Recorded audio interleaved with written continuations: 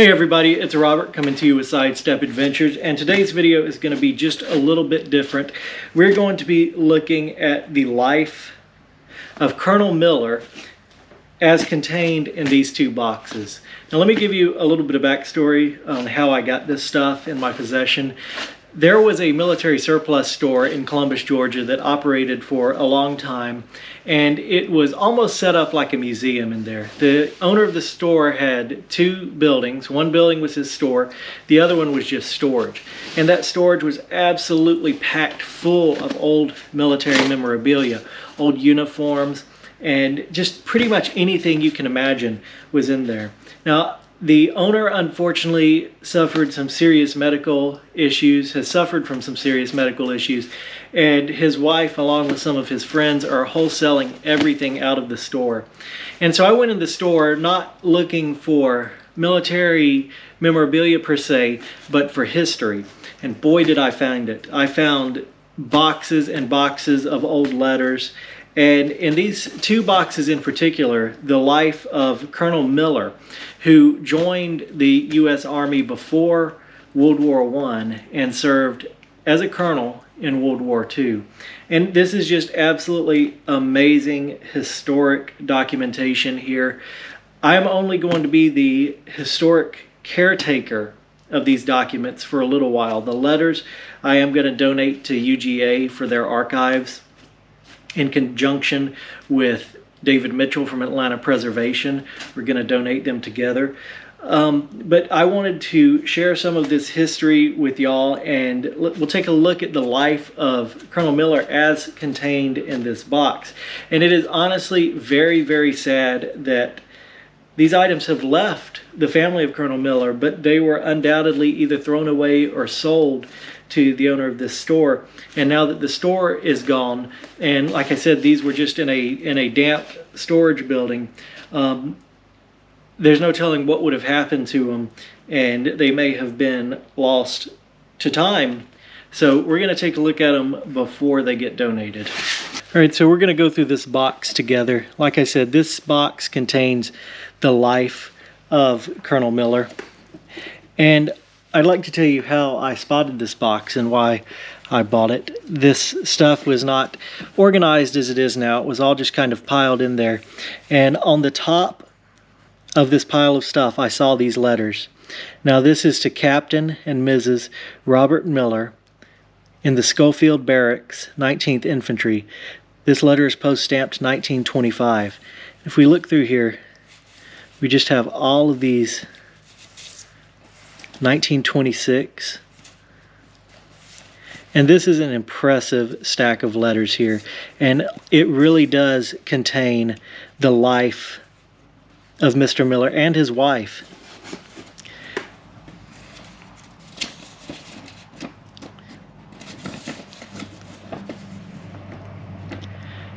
Captain and Mrs. Miller, May 9th, 1920, and the date is missing there. This is a receipt for cigarettes, salted almonds, cigars, and something I can't make out right there. It was paid, looks like May 9th, 1925. So before we get too far into the box, I'd like to start closer to the beginning of Colonel Miller's life as is documented by this box. I do have this picture in here, and I believe that this is a photograph of Colonel Miller in his early days in the United States Army. There's nothing on it that verifies that it's Colonel Miller, but being in this box with multiple pictures of Mr. Miller, I believe it is a photograph of him. And this is a very old uniform, very early 1900s, pre-World War I, which coincides with his joining of the United States Army. Now this other photo here is definitely Colonel Miller. And this, I believe, is taken during his World War II service. In this box is Colonel Miller's War Department officer's identification card.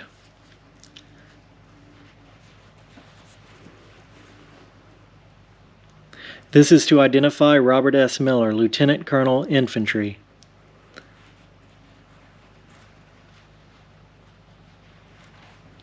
And there is a photograph of Colonel Miller. His date of birth was June 13th, 1888. And this was issued in 1942. But I said I wanted to start at the beginning, and we can do just that with another amazing artifact found in this box. This is the diary of Colonel Miller, who was far from a colonel at the time this was written. This is his diary from not 1906, as is printed in the book, but actually 1907.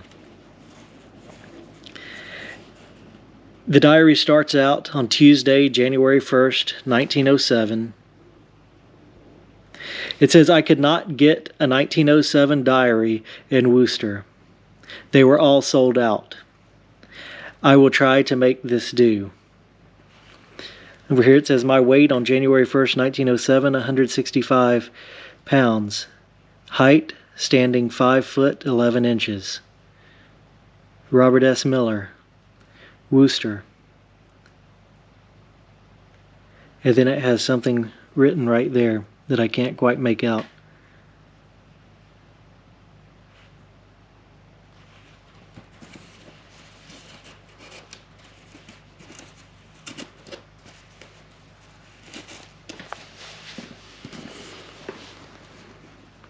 All right, so jumping back forward in Colonel Miller's life, this is a photograph of the instructors from the Chemical Warfare School of the Edgewood Arsenal in Maryland. This is dated 1938.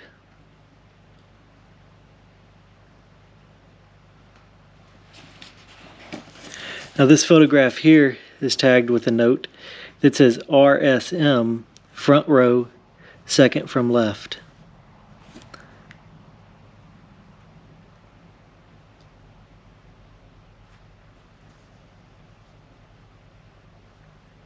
There are other copies, the same paper here. There's another note attached to this one that says CWS School, After War College, middle row, fifth from left. And I'm not sure if there was another picture that would have been attached to this, that this note is referencing, like on the first one we saw, or if it's talking about this one here. If so, that would be Colonel Miller right there.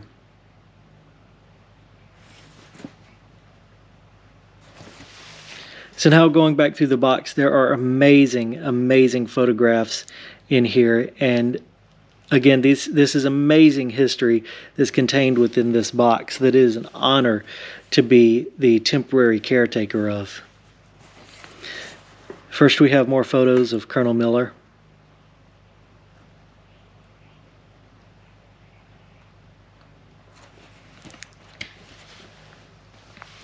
And then we have photos from World War II that look like they're screen captures from Band of Brothers.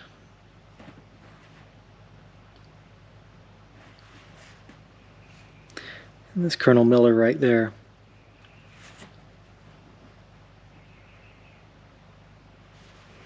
No writing on the back of them to identify who the other gentleman is.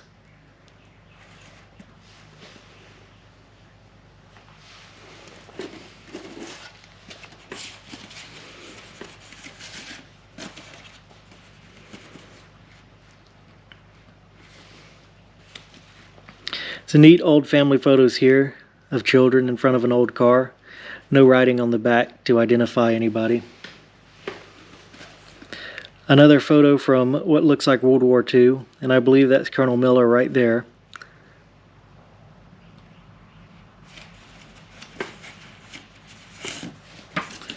No writing on the back.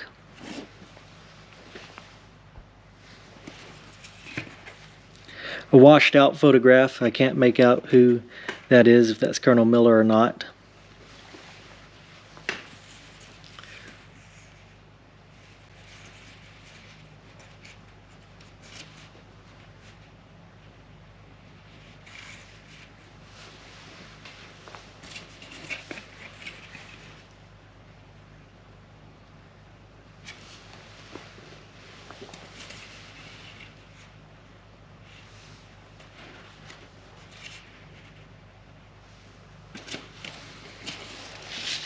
Now these photos in particular, I think, are of major historical significance.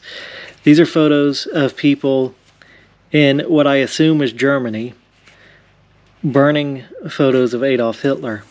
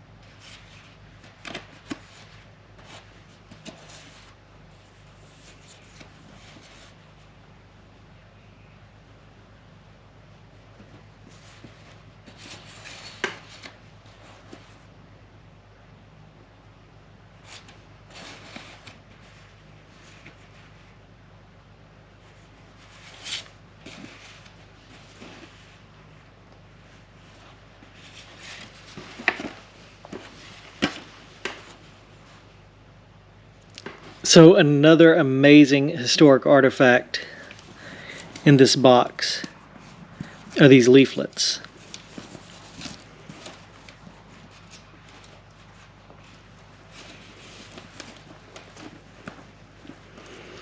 This leaflet would have been dropped over Germany.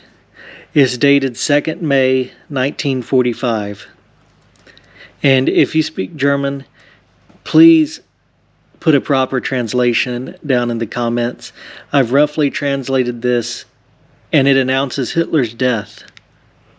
And at the bottom, it says it was printed by the American military. But this leaflet from 1945 is absolutely amazing. These are copies of this leaflet that evidently Colonel Miller brought back home, and an amazing piece of history to hold in my hands right here.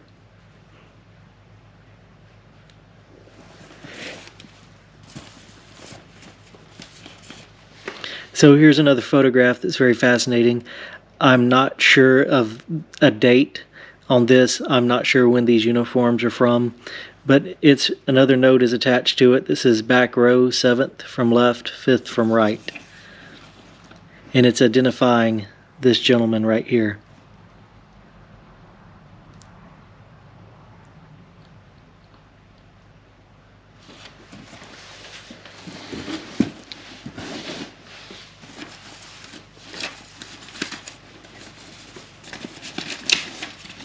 So contained in this folder are a bunch more amazing documents pertaining to World War II and to Colonel Miller.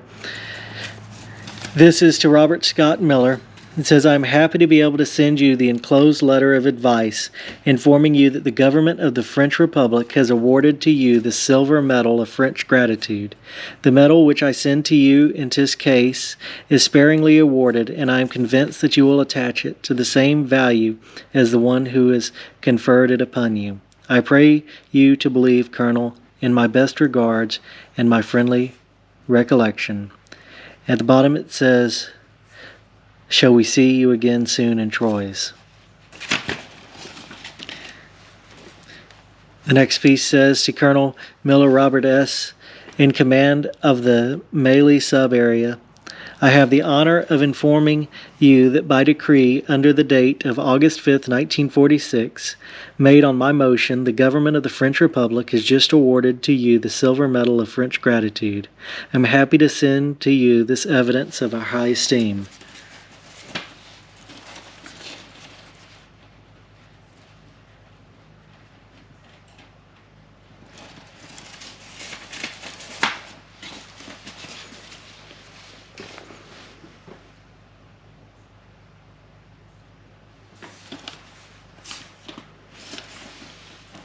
This is another letter that's in French. It says, Mon Colonel, and I can't read the rest.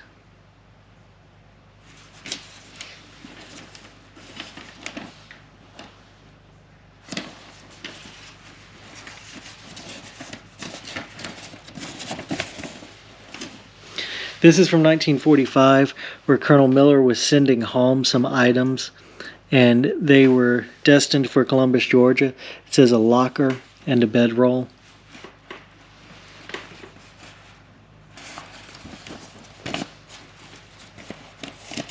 And there are many, many documents just in this small folder containing to Colonel Miller. There's various military orders.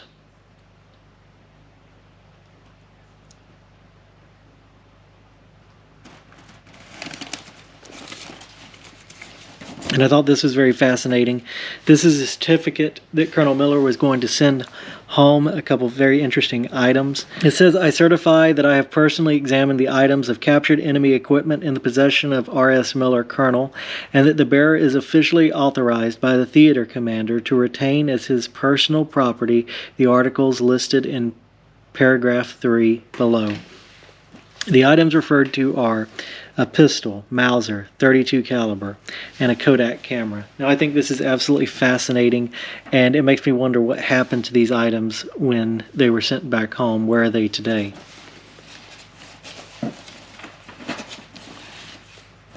And again, many, many more letters.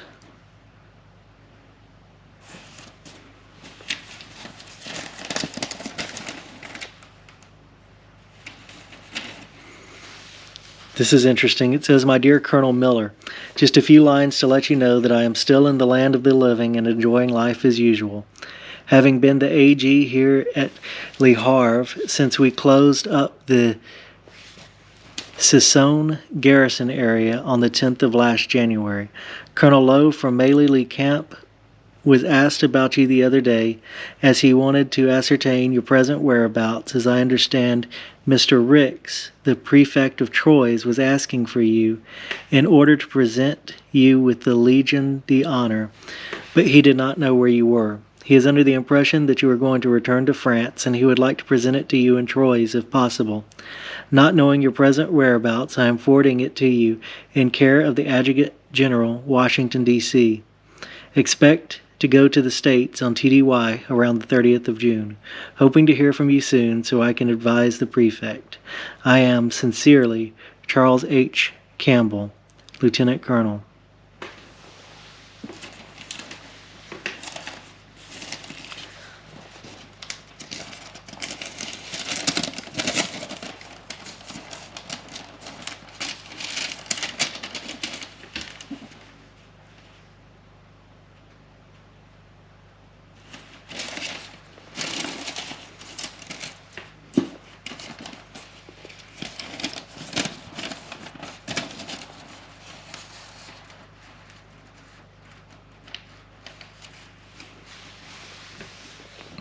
This is another letter in reference to the other letter we just read. It says, My dear Colonel Miller, just received your very nice letter, and am glad to know you are again settled down and in the groove.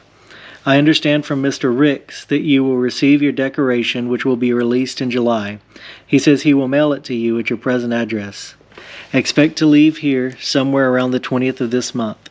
If it is at all possible, I will see you when I get back there. Am being kept very busy right now getting all these bodies back to the States before the June 30th deadline. Nothing runs steady now. One day we run out of ships, and the next day we run out of bodies, and nothing seems to come out even. We lose key personnel so fast it is very difficult to operate. Chilson is at present on duty in Paris in the Courts and Boards section. He talked to me on the phone the day he arrived. Lieutenant Colonel Armstrong is also in Paris as Deputy G3. He likes it very much. I am enclosing a letter to you from your cook, Crepe Suzette, which she asked me to pass on to you. Incidentally, she was more or less instrumental in getting you your ribbon, as well as the Croix de Guerre for me, I'm not sure how to pronounce that, for which I am very proud and thrilled to accept also. Her sister came here to Le Havre to see me last week, and between her and Yvonne, the strumpet, the whole thing worked out very nicely. Hope we can talk this over personally in the near future. Sincerely, it looks like Campbell. P.S. The last I heard of Colonel Lowe, he was still with PWE 16 at Melee. And I do apologize for any mispronunciations in these letters. Now, this is an interesting document here. This is from 1946, June 17th, 1946. And this is more of Colonel Miller's life. This is from the Lands, Car, and Lands Real Estate and Insurance in Wooster, Ohio. And it's just saying that it's settling his mother's estate, basically, and includes a state settlement from that estate. And I just think it's very fascinating. Just another piece of the life of Colonel Miller, what was going on at that time with him. And lastly, in here, there's another amazing letter that I'd like to read. It says, Dear Colonel Miller, my wife, over the weekend just past, has administered the most severe reprimand that I recall ever having received on account of my having to admit to her direct question my procrastination in making adequate reply to your very kind letter of several weeks ago. No excuses should ever emanate from the lips of a soldier, and I do not offer any at this time.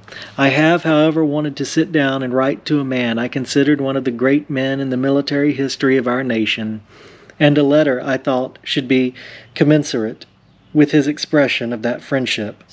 In fighting this war on the training end of it, I find that the duties of a regimental commander are so multitudinous and exacting as to preclude the necessary moments of relaxation where one's mind can wander to the realm of friendship and express the thoughts from a sincere soul in a manner adequate.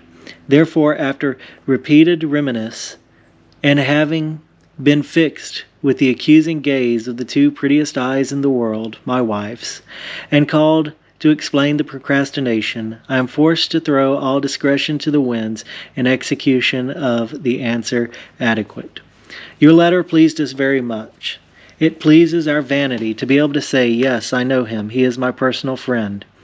Your personal suggestions of a proposal to meet sometime after the war strikes us both most forcibly. And we can say in all sincerity that it would be a pleasure to have you and Mrs. Miller in our home, if and whenever you may be sojourning in the vicinity of the city of Louisville. My wife joins me in this and in wishing to you and your family the greatest luck always. The copy of your lecture on leadership has been placed with a few of our most valuable treasures. I consider it in the importance, second only to the opportunity of having known one of the greatest soldiers in the Army of the United States. Sincerely yours, William S. Taylor, Colonel, Infantry. This letter is from August 31st, 1942, from the headquarters of the 149th Infantry, Camp Shelby, Mississippi. So, further through this box, for more documents, here's another photograph of someone. I'm not sure if this is Colonel Miller or not. But this, from what would have been the office of the President of the United States, is fascinating. This is to Robert Milton Miller. It says, I do appoint him 2nd Lieutenant Infantry in the Army of the United States. This is from the 13th day of June, 1941.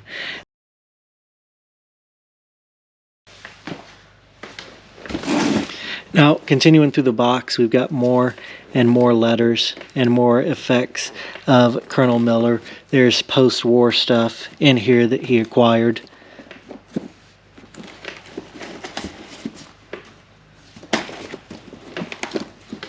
But for the most part, there are more letters. That ends the more personal effects of Colonel Robert Miller. Now, I say that to a degree. There are a bunch of letters and other documents all throughout here.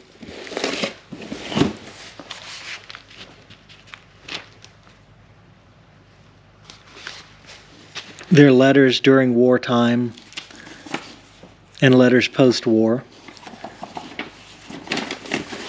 It looks as though all of Colonel Miller's military history is contained within this box, and I think it's just absolutely amazing. Again, I'm very fortunate to have been able to have the opportunity to go through this stuff and be the caretaker of this stuff for just a little while, and also get it to somewhere where I hope it will be preserved. Another interesting piece in this box is this. And on the back it says POW Camp New Orleans. So I'm not sure if this was actually made by a prisoner of war who was kept in that POW camp or not, but very fascinating piece here in the possessions of Colonel Miller. Now lastly, what we'll look at in here today, at first I thought this was an obituary, but it's not. But it gives us a little bit more details of Colonel Miller. It says local officer heads 5 redeployment camps. Assembly Area Command, France. Colonel Robert S. Miller of Pecan Street in Columbus, Georgia and Wooster, Ohio, commands 5 of the 17 huge redeployment camps operating under the Assembly Area Command in the vicinity of Reims, France. The 5 camps comprise the Melee sub-area. A veteran of 28 years service in the Army, dating from World War I, Colonel Miller has been in the campaigns of Africa and Europe. In October 1942, he was sent to North Africa with General Mark Clark as an observer for the War Department. The ship he was traveling on was torpedoed off the Algerian coast, and he was rescued off Oran. After 4 months in North Africa, he returned to the United States, but went to England in December 1943 as Deputy Commander of the Army Replacement System until February 2, 1945. Colonel Miller commanded the forward echelon of the replacement system in Europe for 3 months, landing on Utah Beach in Normandy on D-Day +10, and received the Bronze Star for meritorious service. On February 2, 1945, he was assigned to the ETO Manpower Board and inspected all Army General Hospitals in England and on the continent in the Manpower Inventory of Communication Zone installations. He was appointed to command the 5-camp Melee sub-area in the Assembly Area Command on June 8th. Camps under his jurisdiction are San Antonio, Miami, New Orleans, Norfolk, and Atlanta. Each has a capacity of 15,000 men. Colonel Miller's military career started before World War I when he served 2 hitches, 1908 to 1914, in the Ohio National Guard. He was commissioned a captain in the first officer class at the San Antonio training camp in World War I. He was promoted to a major 3 months later and saw service with the 90th Division and the 161st Depot Brigade. He was S3 Operations Officer of the 19th Infantry in Hawaii from 1924 to 1927 and Director of Training at the Infantry School, Fort Benning, Georgia, 1938 to 1942. He received the Legion of Merit for his work at the Infantry School. His 83-year-old mother, Mrs. Catherine S. Miller, resides at 723 East Bowman Street, Wooster, Ohio. Serving in the 75th Infantry Division, which is staffing the camps, is his son, Major Robert M. Miller of 339 Spencer Boulevard, Columbus, Georgia. The Colonel's wife, Miss Nova H. Miller, lives at the Pecan Street address. So isn't that just absolutely amazing? This box of true artifacts from Colonel Miller and also his son. So we solved the discrepancy with that newspaper article. Robert Milton Miller was the colonel's son, who was promoted to second lieutenant in 1941 and also served throughout World War II, evidently. So amazing father and son dynamic there. This is, like I said, just an amazing collection here. It's an honor to have been the caretaker of it for a while, and I think that the best thing to do with all of the letters and everything is donate them to the archives at UGA so they will be properly cared for and will be protected for future generations. But absolutely amazing. Right, guys, I hope you enjoyed this video and learning more about Colonel Miller. I think this is just an amazing collection. I'm glad to have had the opportunity to go through this and share it with you guys. I hope you enjoyed. Don't forget to like, share, and subscribe, and we'll see you next time.